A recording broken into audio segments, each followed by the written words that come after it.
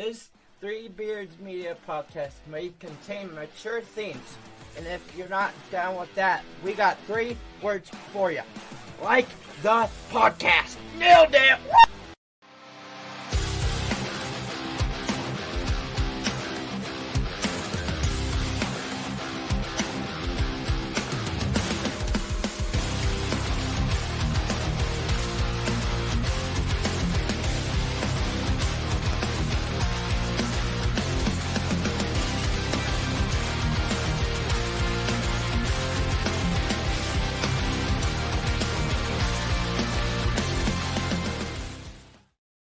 Hey, good evening, everybody.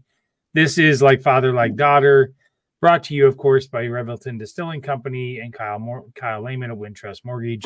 We are on episode 11, which means that we've done now 22 weeks of this, and somehow people aren't tired of it, which is actually kind of shocking because, frankly, I get bored with Caitlin that much, so I'm not sure why nobody else is. Hi, Caitlin. How are you? Hi, Dad. I am exhausted. Exhausted. I'm tired. Listen, I don't want to hear it. Yesterday I did something last night that I have not done in a very, very long time. So the last 2 weekends has been football in Ames. We've been in Ames. We've been tailgating, and I've been really wanting to watch Colorado play because they have Deion Sanders, and it's this whole phenomenon that's going on. And their game started at 9:00 last night. So Mom and I, we had friends over for the Iowa State game, and then we kind of chilled out for the afternoon. And then we went to Oktoberfest last night for about 4 hours and had a couple beers and walked around and listened to music. It was fun. And then we got home, and the Colorado game was at 9:00. So I settle in the basement down here. I'm all ready to go. And game doesn't start till 9:20. And I'm like, I'm usually ready for bed by now. Like it's pretty bad. Joel says, "Good evening. How you doing, Joel?" Thanks for dropping in. So, anyways, I'm struggling. Like by halftime, I can barely keep my eyes open. It's probably 11:00. I'm never up that late. And I'm starting to just feel like I'm starting to get a headache, right? So, Yeah. So then I end up going upstairs, laying on a couch upstairs, and I dozed off and on throughout that entire game. And at one point, it was like the middle of the fourth quarter. It was maybe 12:15. And I would lay there and I'd hear something on the game, and and my eyes were closed, and I literally did not have the strength to open my eyes. I had to reach up and like pull my eyes open because I was so tired. And then I woke up and it was going into overtime. Like Colorado had just scored to tie it up, and I'm like, "Oh my God, it's going into overtime! It's like 1:00 in the morning. Why am I still up?" And Josh came down like 2 or 3 times, shocked that I was still up. Now I'm getting a bad headache. I fell asleep during the whole overtime. I woke up to Colorado celebrating. I was so pissed. And it was like 1:30 in the morning. So I go upstairs. You should have DVR'd it, man. No, because I mean everything all over social media would have told me who won. Yeah, the first thing you do when you wake up in the morning is check out social media. No, I get notifications on my phone. Well, then turn the notification off. Like that. Don't bother me with details. Don't ruin a good story with. So you weren't really up till 1:30. You took cat naps till 1:30. I did, yeah. But then I woke up. I had a massive headache. It's the worst headache I've had in I don't know how long. And I clearly cannot be staying up that late. I had a headache all through Mass today. Took some leave. Then we had to serve coffee and donuts. It was a rough morning. And believe it or not, it got worse because the Bears lost again today. So it is what it is. Man. But we're supposed to be can't hang. I can't hang. It's ridiculous. There's no way. Can't hang, man. I'm up till 1:30 regularly on the weekends. You are not. I am. I might be in bed by 9:00, but I'm usually up watching something pretty late. Especially if I get into a good movie. Friday night, I started watching The Intern with Anne Hathaway and Robert De Niro. Yeah.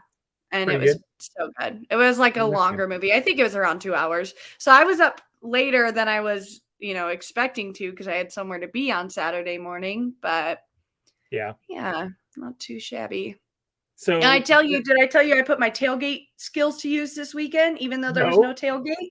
no. So Walker's mom, Terrell, she hand makes, not hand make, well, she hand cuts copper and then uses like enamel powder, sprinkles it on the copper and fires it in the kiln 5 or 7 times to get like Yeah. different color combinations. And she makes enamel jewelry. And she was doing an art show. And Yeah. here's an example. I actually just have a pair. These are a pair that she Oh, paid that's me cool. with. Yeah. Yeah. They're very, very cute. I love them. Anyway, she was doing an art show and we unloaded her car and she's like, I gotta go park. I said, don't worry, I'll get the tent up. She's like, girl, that tent takes 2 people. And I said, girl, if my dad and I can unpack and get everything set up in less than 30 minutes, I got this, right? Right. And then when we have Walker and Tim, we're like a seam lined, right? Like Right. we've got it down to a We can T. get the But tents up and the tables up in 10 minutes. yeah, so Easy. the tent, it's the same canopy. It's a little bit thicker. It's like a commercial one, so it Right. was a little bit heavier. So I'm going Kind of like around the the Irish state one edges. that we have. That Irish Yeah, state one we have. I'm Yeah. going to like the edges and trying to pull them out individually. I'm like, that's not working. So I duck under the tent and just push up the middle, and that makes them all spread out. And then I start walking, like balancing it. I'm walking on my tippy toes as I'm walking the tent over to where I want it to be. And I go over and put up every Nice. individual leg. Terrell's still not back yet. So I get the tables out. I set the tables out, find the tablecloths. She comes rolling up on a golf cart because they had a golf cart to take people who had to park so far away Right. Yeah. back. And she's like, dang. She's like, wow. She's like, dang, Caitlin. She's like, you got so much done. And I was like, listen, tailgating. And then for teardown, right? Like, let's get this snappy. Yep. Let's. So I'm tearing down and she gets back and we're loading things into the car and we're driving back to their house. And she's like, oh, did we grab the money box? I said, I know the money box is in the car because I did a tailgate lot check to make sure that we left it better than how we found it. And she goes, girl, this is why I love you. It's like a tailgate check. Hey, you got to put skills together, man. There's nothing wrong with. Listen, who knew that tailgating would be such a great skill? I did. That's why you taught me. I know, right? Best thing that's happened since the last episode. That's how we normally start our episodes, but I think it's probably the same for both of us. Grandma has moved back to Des Moines. So yeah, for those of you guys that are wondering, Mom made the decision that she wanted to move back to Des Moines. Shout out to my sister Dee, who did an amazing job taking care of Mom. She's eating now and things like that. I mean, both my sisters, Jackie did a wonderful job as well. I'm not trying to shortchange anybody. But Dee did have some challenges with Marilyn being there and Mom having to transition as far as being so far away. And Dee stopped working. So, just I think it was a really good move for everyone.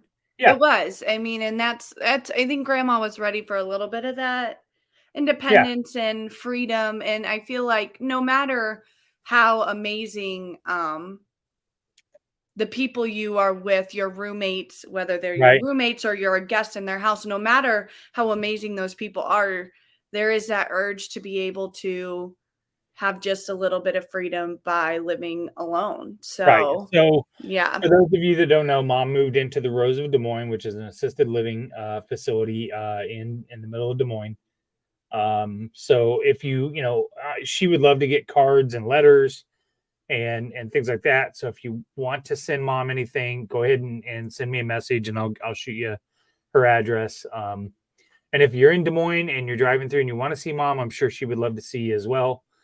But I got to tell you, we moved her in on Friday. Rudy and I moved her in on Friday. And then Stacy came after working all day and you came after working all day. And that's really hard. You guys worked all day long and then still came and helped. So, but mom had a couple chairs, her bed, and things like that. I went over there a couple days later to take her to the store. She had a lot of it unpacked. She had it looking fairly nice. You took a couch over there from Jackie's on Sunday. I think Jackie took her a microwave and a few other things. And then I went and saw her this past Thursday, dropped off a nightstand. And, and I busted her about moving her bed. That's the third time that bed's been moved. You didn't tell her it was me though, right? I did. I totally threw you under the bus. No. Yeah, because as soon as I walked in, I said, "Hey, Caitlin told me that you moved your bed." No, you didn't. Why wouldn't I tell her that? Because I was telling you that information so that you, as her son, could go in there and have a conversation with her about it. Not for you to try to ruin my relationship, her relationship with me. I did not tell her anything. You just ratted yourself out when you said on this entire podcast, you just ratted yourself out and said, you didn't tell her I told you, did you? So Grandma doesn't watch this podcast. That doesn't matter. You just ratted yourself out. Listen, all I care. Totally pulled a Melvin on you, by the way. All I care. Let me. All I care about is that Grandma still can tell me things, but it's just like when somebody tells me a secret that I should probably tell somebody else about, but I don't want that original person finding out I told them the secret because I want to stay on their good side. Translation: don't tell Caitlin any secrets. I'm really good at keeping secrets. So, anyways. No, I'm not. No, I'm kidding. It looks amazing in there. It does. She was talking about how she baked cookies and she was making snacks and she made some crackers and she did this. And, oh, the food was so good. The food's so good. And everybody's so nice. It just made my heart so happy to hear her talk about how much she loved it. And I said, Mom, you really like just kind of having your own home again, don't you? And she goes, oh, I do. And it just made me so happy to hear that. And I know it's still a struggle. Like last night, she lost her vape and she couldn't find her vape. Somehow she figured it out. And she calls a lot. And I know that that's rough for people when she calls during the day a lot. But I'm hoping that as she meets more and more people there, she'll be less likely to call us just because she's bored. I did. At one point, she said something like, well, I'm just really bored. And I said, Mom, they have a whole fucking list of activities there. Like they have a shit ton of stuff for you to do. And she's like, I don't want to do any of that stuff. Okay, so then you're not really bored. You're just grouchy and you don't want to do anything. I said, from now on, we're having a no complaint zone in my car. And when you call me, you know what she really wants? She wants a sewing machine, but not one of the automatic ones where it like will just go if she presses down the foot pedal, but something she manually has to rotate so that but she's like, I think that would be so cool. I think she just needs a hobby. Right. Yeah. So, and she could buy some fabric. And, yeah. Some type of sewing. Yeah. Jackie said she called 4 times today. I know. And the other thing was, there was something else I was going to say and I can't remember what it was. About I lost it. It doesn't matter. Anyways, Mom's having she's doing really good. She is, and I'm happy about that. And that's super. Did you help her hang her pictures up? She had all her pictures. She already did? Yeah, she had stuff hung up. It was, she was good to go. Because when I got there on Thursday, she had all the pictures that we had taken for her birthday of you. Yeah. And your sisters. Yeah. She had them all laid out and like measured exactly how she wanted them on the wall. Yeah. Yeah, she has them in the living room now. They were in her bedroom. Yeah, they were in the living room on Thursday on the floor. So I was wondering if she had gotten them hung up. So good. They're on the wall now. So yep. So it's good to go. So you got a few more things we got to do and get ready. I'm working on Jackie said she did it, bought her 14 frames at Dollar Tree and she said she needs more. I know she needs a lot. She says she needs a lot. She doesn't. So, and I'm the big meanie because I'm like, I'm not taking you to the thrift store.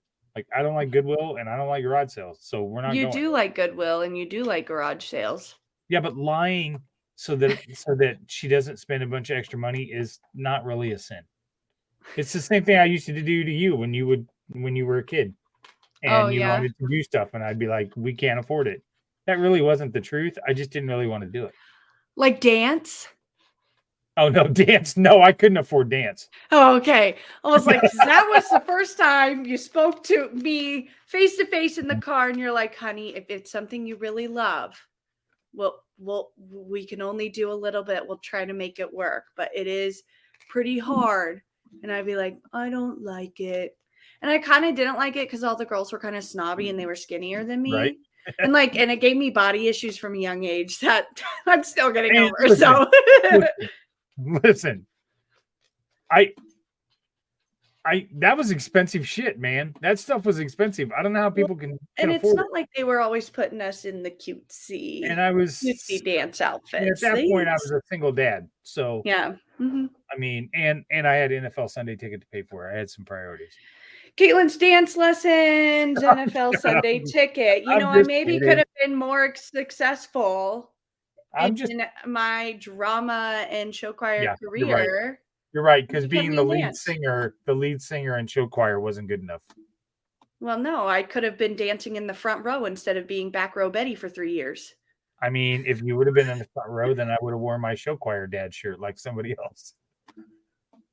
Sorry, I can't. I think this is a great time to introduce our next sponsor. That's right. We will get a word from Revelton Distilling Company, amazing whiskey, which I seriously wish that I had a lot of that when I was married the first time. So I'm sorry. I'm terrible at these transitions. Anyways, check out Revelton Distilling Company in 1400 West Clay Street in Osceola, Iowa, and you can pick those guys up at Fairway and Hy-Vee in any spirit store. And then when we come back, we're going to talk about our top fall traditions that we remember when Caitlin was little. At Revelton Distilling Company, everyone has become a part of the Revelton family. From the Taylors and their daughter who helped perfect their award-winning gins, to the team who installed Lucy, our 33-foot-tall custom-made still, right down to the local farms that provide our coveted corn, and even the cows on those farms who consume our mash byproduct. Want to see the farm to flask come to life? Now you can tour Lucy and find out where we take Iowa's harvest and transform it into our finest spirits. Choose between a 45-minute tour or find out even more by scheduling a VIP behind-the-scenes tour to get the taste of the full Revelton experience. You can visit them at 1400 West Clay Street in Osceola, Iowa, or find all of Revelton's award-winning spirits at any local grocery or spirits retailer.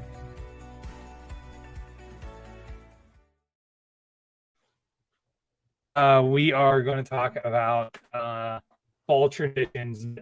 Before we do that, part of fall was back to school, and it reminds me of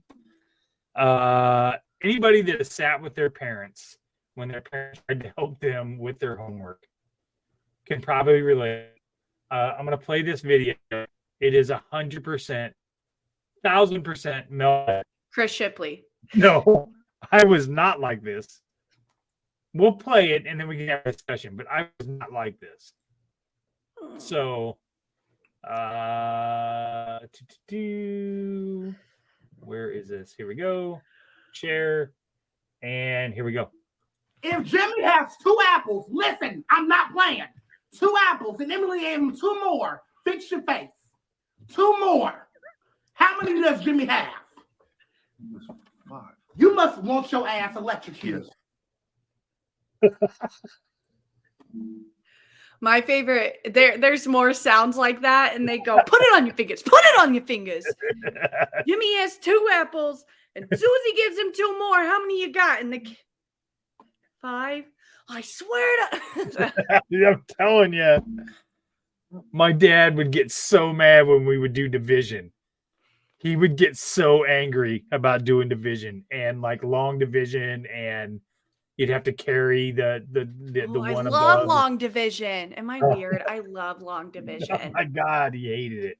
And I would never like loved draw the it. bracket. Like I would always, and I would never do the bracket, and he would. You would just use the line on the paper. Yes, and he would get so mad. So I'm telling you, that was, yep. CJ knows division always. He would get so pissed. He would just stop helping. It's You probably learned helped my division grade. when you were in school? What? It's a stupid question. I'm sorry. Of course we did division. Did you just ask if we did division in school? No, we had no concept of how to divide things. Fractions were something that came up in 1990. You're so Jesus criminy. That's ridiculous. Did you? Gosh. Okay. All right. I guess it's kind of weird to think about the things you learned in school. Because I'm like, oh yeah, he did at some point in his life learn this. Like he had to have. They didn't just come up with math in the 90s. No, they did not. Did you know Pythagorean theorem? I can't ever say it. I have never been able to say it. Look up the word. Look, it's the a squared plus b squared equals c squared. It's the how you find the area of a right angle triangle. What is it? What's it called? A squared plus b squared plus c squared. Look up. It's the area to find a right triangle. The Pythagorean. No, you put it on the screen. I need to see it. Hold on. So I can decode it. I can sound it out. Man, this is really taking a turn, but I gotta know. If you can't say it, don't talk about it. It's like Pythagorean theorem. You are so yeah, Pythagorean theorem. Right here. Right here. Yep. You know what? Mm-hmm. Google. I also remember the quadratic formula. You want to hear it? No, hold on. I'm looking up. You're gonna look up how to say it? I am. Text to speech. Is this it? Oh my goodness, sir. Just go to Google Translate and That's do what English I went to English. No, you didn't. You went text to speech. Google. Okay. You just go to Google Translate. And choose English. To English. And then write Pythagorean theorem.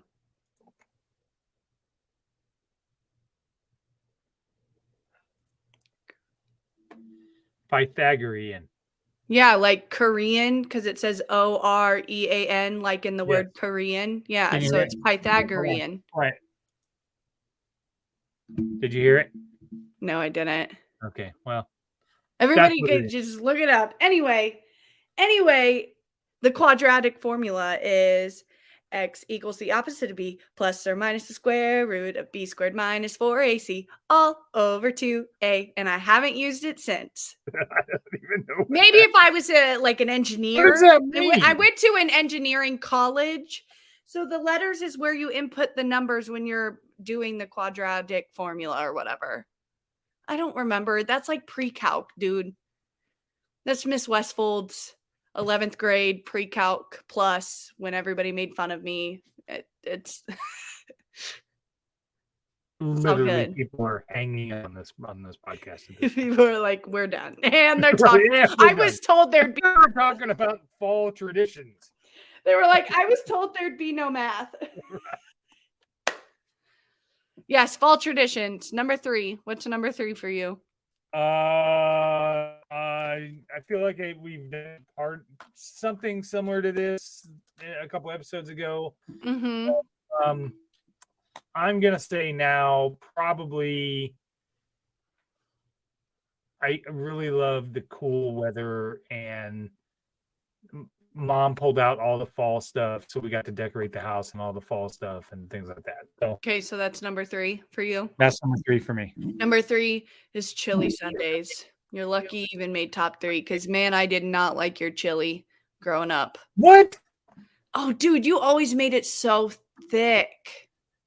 Nobody Nobody wants a thick, Can't even- and then you put the crackers in it, and it's like you're eating sand, desert sand. It's so dry. That's sand. Dude, The you would make it so thick that it wasn't a chili. Like chili is supposed to be a soup with a No. liquid. Oh, now you're gonna piss me off. Yeah. Now you're gonna make The me way angry. that mom makes chili is better. Shut up. It is. It is not. When Christopher, you know as Oh, well as I do, listen. whenever you made goulash and whenever you made chili, there was never enough sauce. Okay, And it first was of all, always too thick. And then on the chili, you would crumple more. You would crumple crackers in it, and then it would just like you could make meatloaf out of the chili. okay. All right, let's back up because now you're just being ridiculous. The whole concept of chili and like cook-offs is if you can put a spoon in it and it sticks straight up, that's high quality chili. That's good stuff. Thick chili is the way to go. No. Otherwise, it's just watery bean soup. Okay. White chicken chili is the best chili on the face. That's not the same. That's not the same. Yes, kind. it is. It's chili. It has Joel, a protein. help me out here. It has a Joel. protein and it has beans. It's chili. It's got protein. It's got beans. It's a freaking chili. The name is called white chicken chili. Okay. I'm not saying it's not good. I'm just saying. But you said it's not chili, but it is. There we go. Denny's right. Chili is not soup. You should be able to eat it with a cracker. Yeah, if you want to. You should be able to scoop it. Yeah. With a cracker. Yeah, if you want your mouth to feel like the inside of a Joel's desert. wrong. Well, Joel's wrong. Joel. Yeah, no thick chili. I want to enjoy my chili, not feel like I have to scrape it down because it's so dry. It's not dry. Yes, it is. I mean, when it's that thick, it's dry. And then you mash up all those crackers in it. Only way to make it halfway decent is put a half a carton of sour cream in it. We're gonna look it up, right? Thick and hearty. Ultimately, is up to the individual. Crumble cornbread in it. Now, see, I can get on board with that, Joel. I can get on board with some crumble and cornbread. I don't think we've ever made cornbread with chili. Maybe one time. Grandpa used to. Yeah, Grandpa used to eat chili and peanut butter and butter sandwiches. Chili and cinnamon rolls, game changer. No. Yeah. You know what? It's such a common thing that in high school, when they served us chili, it was also cinnamon rolls. Our side was a cinnamon roll. Our side was a cinnamon roll. Listen to the American. Our side was a chili roll. You got served a cinnamon roll with your chili. Look it up. Have you ever seen this before? You ever seen this version of chili? I don't know that I would eat this. It is called Cincinnati chili. Have you seen this? Ew, on top of spaghetti? Yeah. No, that's pasta. That's pasta. It's Cincinnati chili. You make spaghetti noodles. Disgusting. That's disgusting. That's disgusting. Yeah. I'm not on now. Chili mac. I'd eat chili mac. But chili is chili, right? Oh my goodness, my neighbors are moving around. It sounds like they're right in my kitchen. I had to do a double take. Like, hello? Chili should just be enjoyed as chili with a little side. Cornbread, cinnamon roll, sandwich if you like, crackers. I want to be able to put sour cream and cheese on it and some chives. It's perfect bowl of chili. But it moves. Jackie says Fritos. Fritos is also good. In there. But I'm saying I want my chili to move like a liquid, not like a Jell-O. No. Or a meatloaf. They literally used to have a commercial on TV for this chili that you would make it and you could just stick your fork in it and then it would stick straight up. You would eat chili with a fork. That's how good it was. Yeah, just like meatloaf out of a can, huh? That sounds appetizing. All right. Yes. Anyway, you're number 2. It's not so much. I don't so much like it now, Mhm. but I enjoyed it when you guys were kids, and that was Halloween. Yeah. I personally hate it now, Why and do you hate it? I What's the hate? because I don't You don't have because kids. now I have to go. I like dress up. I don't want to dress up. I don't want to buy a costume. Okay, but you never did when I was a kid, so you're like making up for lost time now. I know, right? Also, I am anti joke telling at Halloween. Oh my gosh, me too. My social anxiety Oh, thank hated it. God. Hated it. It's so dumb. And you know what? The Midwest is the only people who do that. Yeah, I know. It's I unheard know. of in other states out anywhere else. They're like, you make the poor kids tell you a joke? No way. Just take it. I don't want to hit. Mom and I will fight over it in the driveway when we're sitting out there handing out candy. We No. will fight it. If a kid comes up and wants to volunteer a joke, No. sure, but I'm not going No. to be like here. If a kid has prepared a joke and they want to tell a joke and they tell me a joke, fine. And I didn't like ask for it or say anything. Like if I hand them a piece of candy and they tell me their joke, fine. But I'm not going to be like, tell me your joke or you don't Nope. get any candy. Yeah. See, there's a few stories here. We can dive in pretty deep here. Yeah. The time that Jeff Weeks came over to my house to hand out candy when Vicky and your mom took you kids out, and he demanded that every kid tell a joke, and I would get so pissed at the door. I was like, Jeff, just give him the fucking candy. I don't want to hear this. It would drive me nuts. I don't want to hear the same joke. They're not funny. I don't want to feign laughing. It's dumb. I don't want to hear it. I don't. It's terrible. I hate it. It was Also- like I think also- last Melvin used to check candy, and somehow, miraculously, every fucking Butterfinger in the bag was suspect and needed to be confiscated. wait, so you had to check candy when you were a kid too? Yeah, that's when it started. Really? Oh yeah, that's when it No, started. I Was thought it was- like when I was a kid. Well, first of all, we didn't have these stupid ass little buckets. We took a whole fucking pillowcase. Also, let's be real. Let's just get this out right now. Nobody's giving drugs to your kid. Like that's Nobody's dropping expensive. fentanyl Nobody's giving your like kid. ecstasy or Molly in your kid's candy. That stuff is expensive. We're talking Right. about like sharps that people may put in there. See, Carol, she knows pillowcase, man. You just took a pillowcase. You didn't have the fancy pumpkin No, bucket. no, and you didn't and you didn't just go for like an hour. You went all night long, and you got the full size candy bars. Like your pillowcase was the candy. I'd get so much candy it would last until Thanksgiving. That doesn't seem like that long. I don't know what to tell you, Jackie. I was the only kid at that time, so I got all the candy. So but it did. You'd get to Thanksgiving, Wait. and I'd still have Halloween candy in my room. Here's a great question, and Jackie can comment too. Did you guys like buy costumes or make costumes? And like, Oh, do you no. remember? Do you remember Buy anything costumes. Do you Buy remember costumes. anything What that are you, you an went idiot? as? Do you not know this family? Buy costumes. This is no joke. I went as a pirate 4 years in a row because I'd have a pair of pants that would fit me around the waist, but were too short. So mom would just cut the bottoms and shred the bottoms to make it look like a pirate pants. And then I would wear a white shirt, and I might get an eye patch that she made. That was legit the costume I had 4 years in a row. That's sick.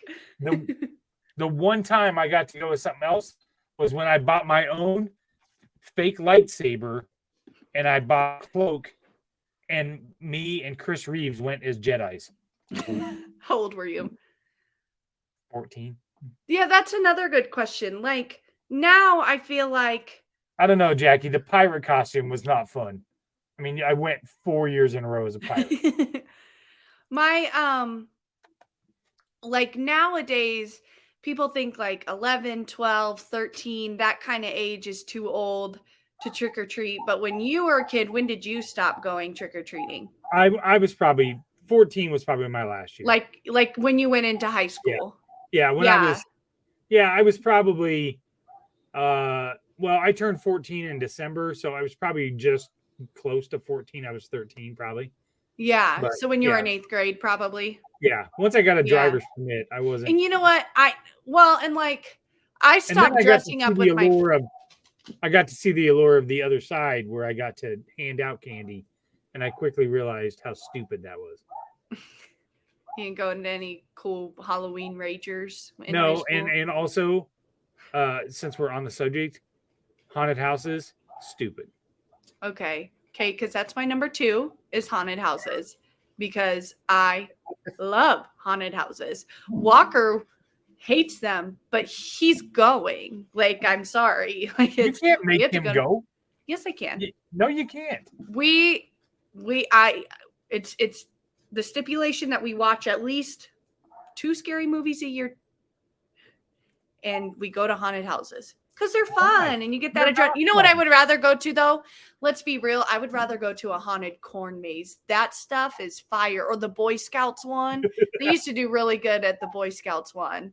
The corn maze one we went to with the boys and you guys when you were little was pretty funny. Was pretty there good. was I think there was an area that like they dug out the ground and put like a board with a bunch of springs under it and like covered it with dirt. And so you would walk and you would drop like maybe an inch or so, but you like felt like the ground was coming out. And I remember laughing so hard. Like I was like, ah! And then I was like, oh, it's just a little springboard. But I remember they had like done something where they had dug out the ground a little bit. And obviously it's not like, I don't know. It was super funny. And I thought that was the best thing ever.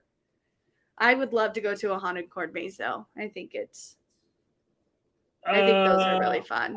I would maybe do that. I've heard Joel Lynn's Supermarket. I heard that was like some kind of weird haunted house over on the east side or something. I've heard that's it's not there anymore. I don't think, Joel. Is it? Lynn's Supermarket? Are you sure that's not the Velisca house? Yeah, I've wanted to see that. Nope, I'll pass on that deal too. Why would I pay money to be scared? That's stupid. I don't want to watch scary movies. I don't want to watch any movies having to do with Halloween. Mom made me watch Hocus Pocus 2 That's last year. a great movie. It's not good. It's so dumb. Hey, Lynn's Supermarket is actually on the corner where my school is. Oh, okay. Is it really? Yeah, it's on 6th Avenue. Oh, I had no idea. I drive by it every day. So So the only thing that I really like about Halloween, and then we'll move on to my number 1, is when we were looking for a house here, we were going to buy a house here in Norwalk, and I think you were too old. I think you were too old to. Well, how old were you? Well, yeah. No, you trick-or-treated when you came here. I don't know why I didn't trick or treat. I dressed up in costumes and hung out with my friends at Don and Chuck's house, and then we came over to our house. But I think you were at your mom's or something. Anyways, we went to we brought the boys out here and we parked in this neighborhood and walked around, and people were sitting out in their driveways with like their fire pits, and they were neighborhood little parties. And this one, some houses would hand out a beer. Yeah, no, they would give you. They were drinking beer out there. Yeah, and I remember the first year we did it, we had a fire pit in the driveway. I had some beers. We were handing out candy, and I was like, nothing says Halloween like an open flame and some flammable costumes. Like this seems like a bad idea. But the year that Tim moved in, and we had a screen set up when we were watching Monday Night Football because it was on that night, and he was handing out beers to people, and I was like, Tim, I don't know that that's a super great idea. That seems like a liability, but I mean, we did it. It was fun. Actually, there are other houses I've heard at where parents stop by and they'll hand out a beer to a parent, and if they want, or so it's like parents trick-or-treating. Right, there you go.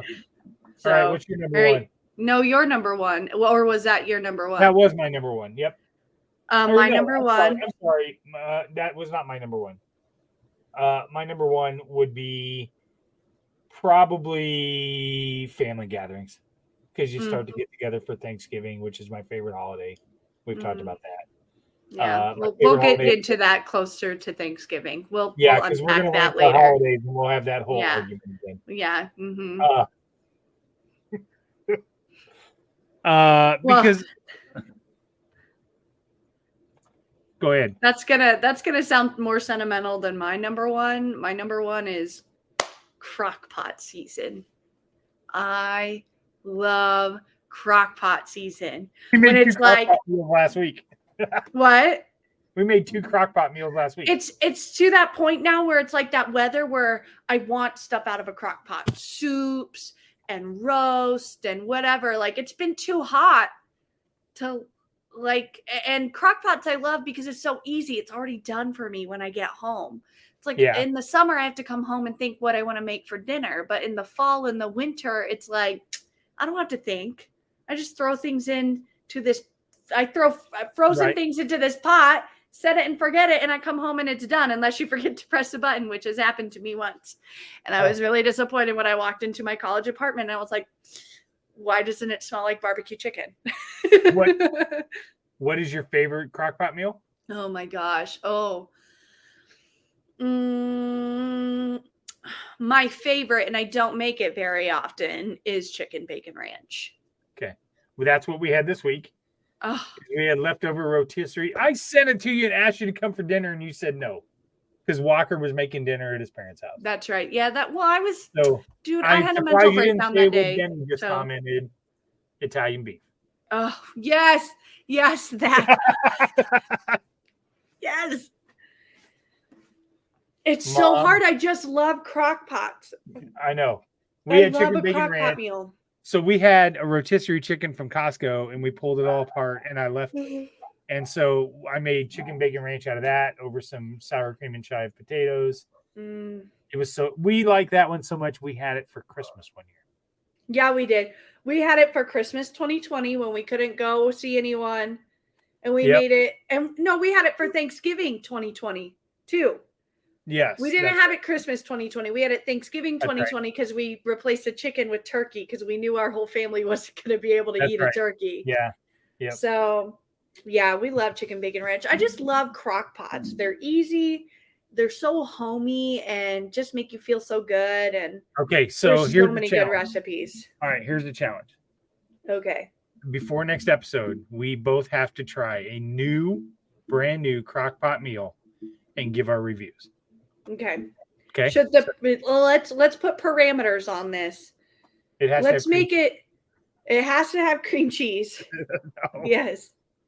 But it also has to be marketed as healthy or like, you know what I mean? Like we don't want to just put it. No, we're not going to do that. It has to have cream cheese and it has to have another type of cheese. No. Yes. Just a straight. Let's pick we each pick a crock pot recipe that we have not tried before, we've not had before, and then we have to give our review. Okay. Okay. And if any of the listeners want to do that and chime in 2 weeks, then we'll build a little Three Beards Media crock pot recipe book. Crock pot recipe book. A collection of crock pot recipes. Right? That's right. Love. Okay, we're going to take another break from Kyle Lehman at Wintrust Mortgage. And then when we come back, we're going to talk about not a serious topic, but a topic that you and I talked about earlier this week. That even you kind of suffer from, and I do as well. So let's get a quick word from Kyle at Wintrust Mortgage. Are you in the market for a new house and unsure of the mortgage process? Want to know that you have someone looking out for you? Kyle Lehman from Wintrust Mortgage is a down-to-earth, knowledgeable lender who can be there for you in your corner. He can work with you in any of the 50 states and is just what you need to expand your home search. Kyle will work with you through the entire process with little to no work from you. Take the worry of the mortgage process out of the equation so that you can focus on looking for your dream home.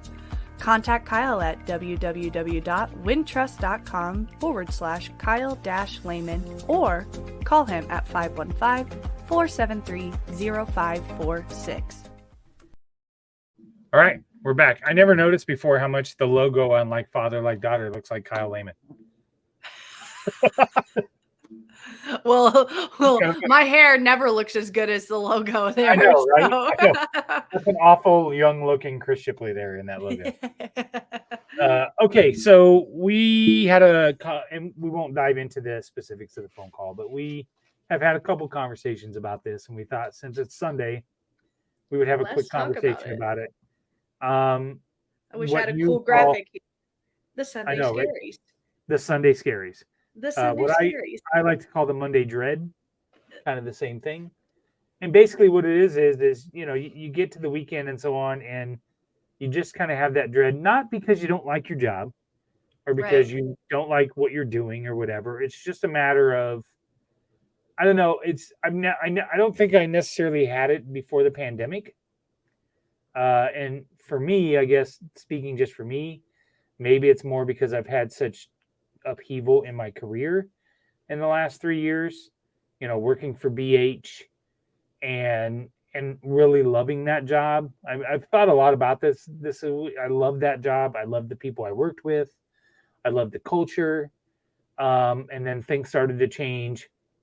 And then I took With that the job at pandemic. Mercer, and then that job got sold. And then I think the Sunday Scaries and the what I like to call imposter syndrome as well really came to fruition when I was working at Light Edge, because I felt completely isolated working there. Nobody that worked there felt like they were my friend. Not that they weren't friendly, but I didn't feel like I had the trust and the confidence of people working there. And I constantly felt behind the 8 ball, and I felt like I was fooling myself that I wasn't qualified to be there.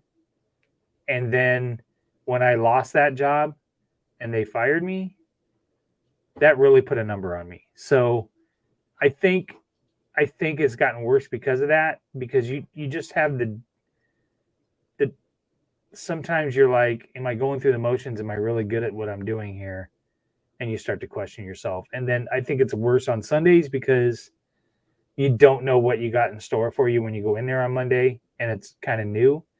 I mean, once you get there and you're working and things are fine, but Yeah, I think that's where that comes from for me. I describe the Sunday Scaries for myself as it goes back to what you said. It's not that I love my job and I love what I do and I wouldn't change it.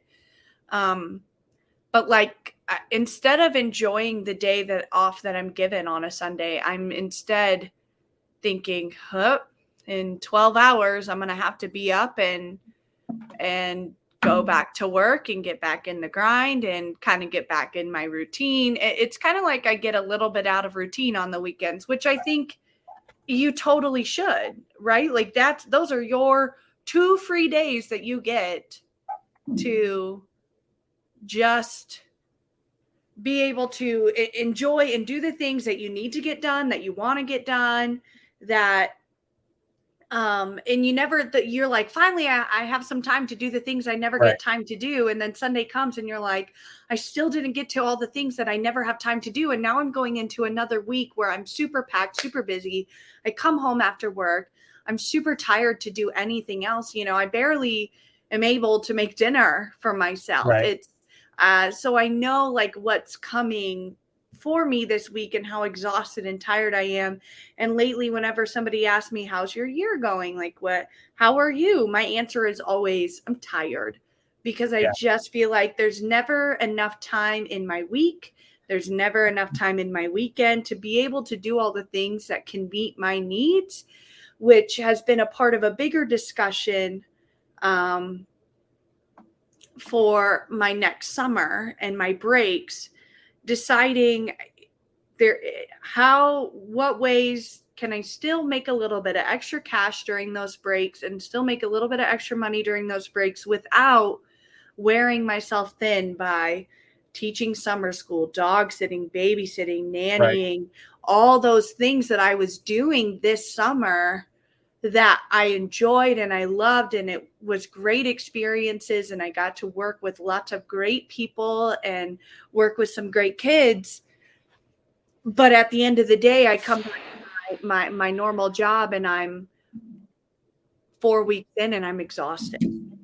Yeah, and it feels like it's never ending. And so my Sunday Scaries is like, gosh darn it, I'm going into another week feeling like I'm still three steps behind where I need to be. And I feel like that feeling for me never goes away on Sundays. And it's really hard. And I've struggled with that my entire life. College, high school, that feeling of like, more when I was a kid, it was like, the weekend's over. I have to go back to school. But as I've gone like late in my high school years and college, especially, it's like, gosh, I got to go back to class. My grind's going to start again. No more fun, no more me time, really. Yeah. So I think you're right on it as far as, because I think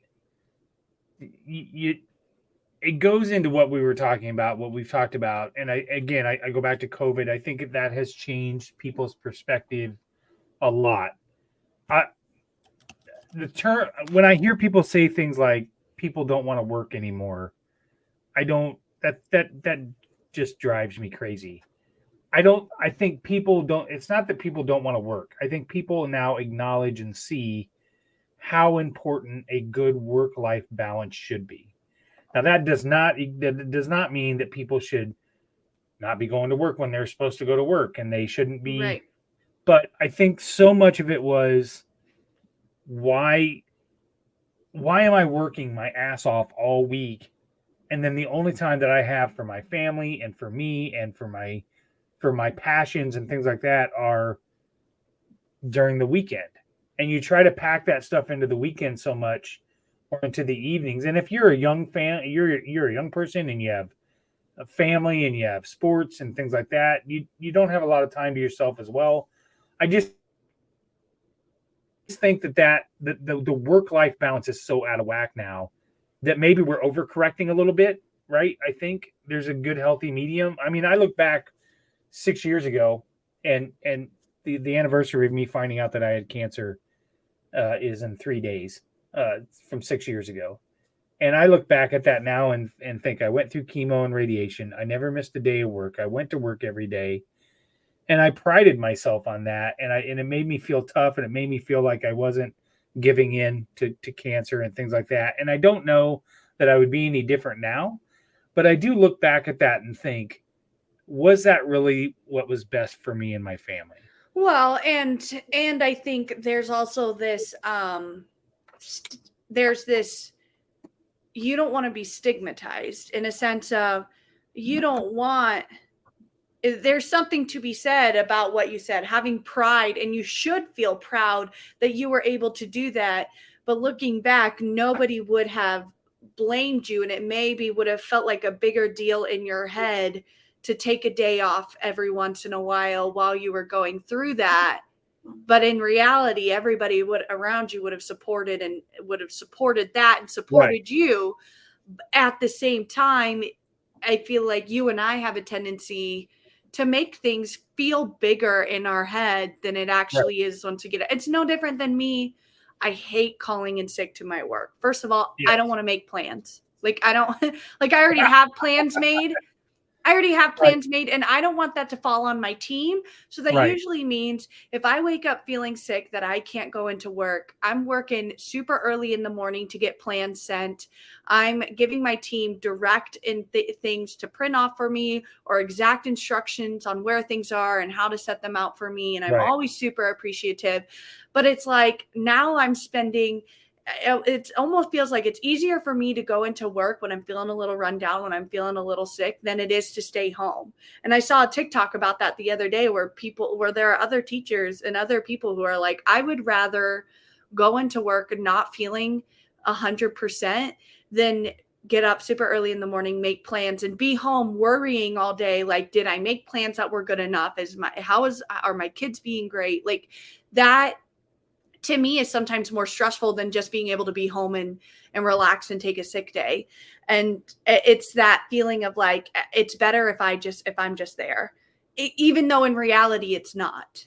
So it's something I'm also working on too. I think it all goes back to how that work-life balance and how we take care of ourselves, which is why I get to work earlier. I get there about anywhere from 45 minutes to a half hour earlier than our contract time because I don't want to be there till 4:00 at night.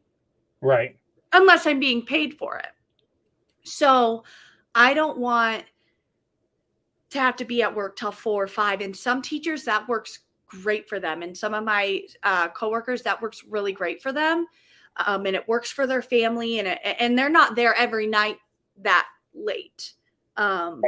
But for me, that when the end of the day hits, I'm so exhausted. I can't even think about being at work longer, trying to get things done that I couldn't fit into my day. We're not given enough. Again, it's that feeling of like, I feel like I don't have enough time to get everything I need to get done. And so it's this constant battle of working. And I'm sure anyone in any career can feel that way. I don't know that there's a lot of people leaving work at the end of the day being like, I feel like I accomplished everything I wanted to get done today, and I have no agenda for tomorrow until I get there. Like, I feel like I always have an agenda to go through whenever I get to work from the day before that I'm playing catch up. Yeah. I want to play this because it fits into what we're talking about, and we got to hop out of here pretty quick here. But yeah, when we talk about Sunday Scaries and we talk about work-life balance and whatever,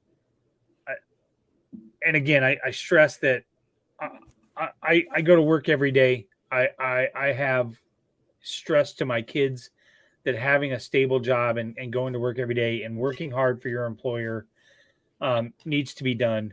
But there also is an underlying fact that they will take advantage of you when they can. And I want to play this. This is Tim Gerner. He's founder and CEO of the Gerner Group. And he talks about workers and how their work-life balance is now and what he would like to see be done to fix it. And you will be shocked at what he says. I think the problem that we've had is that we have people decided they didn't really want to work so much anymore through COVID, and that has had a massive issue on productivity. Tradies have definitely pulled back on productivity. They have been paid a lot to do not too much in the last few years, and we need to see that change. We need to see unemployment rise. Unemployment has to jump 40, 50%, in my view. We need to see pain in the economy. We need to remind people that they work for the employer, not the other way around. I mean, there's been a systematic change where employees feel the employer is extremely lucky to have them, as opposed to the other way around. So it's a dynamic that has to change. We've got to kill that attitude, and that has to come through hurting the economy, which is what the whole global, the world is trying to do. Okay. So his whole point is that we as a workforce need to feel the pain to realize how lucky we are that we can work for them. Right. That's the kind of stuff that people are sick of. Yeah. That's absolutely. The kind of stuff that people are sick of.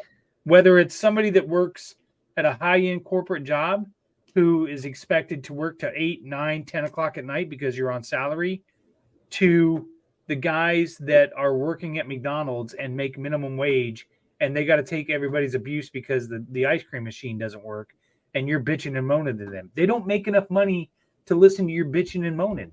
Yeah. And if that's the attitude, they wonder why people are so angry right now. And people don't want to work for peanuts and be treated like shit. Right. So no, I think instead of people saying people just don't want to work, it should be people don't want to work for people who don't appreciate them. And I feel lucky and blessed enough that I have amazing admin at my school who they are so appreciative of us. Right. So, which may not be always the case in what I hear in other districts or other states. I mean, it's sad that it is something to be joyfully surprised at instead of something that is expected. I would hope that employers want to make their employees feel appreciated, because without them, we run into these issues that we can't find, short-staffed. I mean, absolutely. Agreed. So, all right, we're going to wrap it up here because I got Big Brother to watch. I got to watch Big Brother. That's why you needed to do this at 6:30? Yes, so that it would be over by 7:30, so I could still watch Big Brother and then still be able to watch the majority of the football game tonight. So, Okay. and spend time with my wife because she likes me. Oh. Okay, we have a big week here at Three Beards Media. We have that huge fundraiser that's going on, and I need to be sure to show this because it's important. We are selling the Not Lady Sports t-shirts for women's equality, and people have asked why we're selling these shirts, and I thought it would be best to let the people that brought it up on their podcast explain it. So this is a clip from Steph Copley's appearance on Hot Mess Happy Hour. This is why we're selling these shirts. Someone said, I get it if the name is genderized, like the Cowboys, the Cowgirls. Like DCG has the Phillies and the Mustangs. Like I can kind of get that. I think you should probably just change your mascot at that point, but whatever. But here, there's no reason for it. There is no reason for it except to suggest that the women are less than. And frankly, like if you don't understand that, you're part of the problem. And I'm just like, I'm done. And it's conversations like these that in the past I would have been like, like whatever, it's a small thing. No, it's not a small thing. Let's talk about it. And I'm sorry if you don't like it. If you don't like hearing me talk about it, don't listen or don't follow me or whatever. I'm just done not saying the things anymore. I am committed to saying all the damn things and like, sorry. But I'm not sorry. I'm not sorry. You're not sorry. No. I think she put it perfectly. She did. Absolutely. Yep. So we are the proceeds for that shirt are going to We Will and the Herkies Club.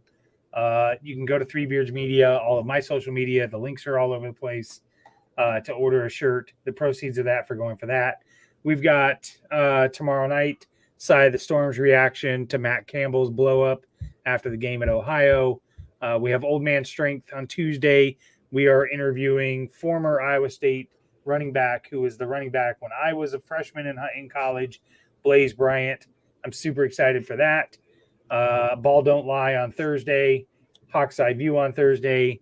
We are really rolling with the podcast here, and then we start it all again next weekend. So, Caitlin, do you have anything to add before we get off here?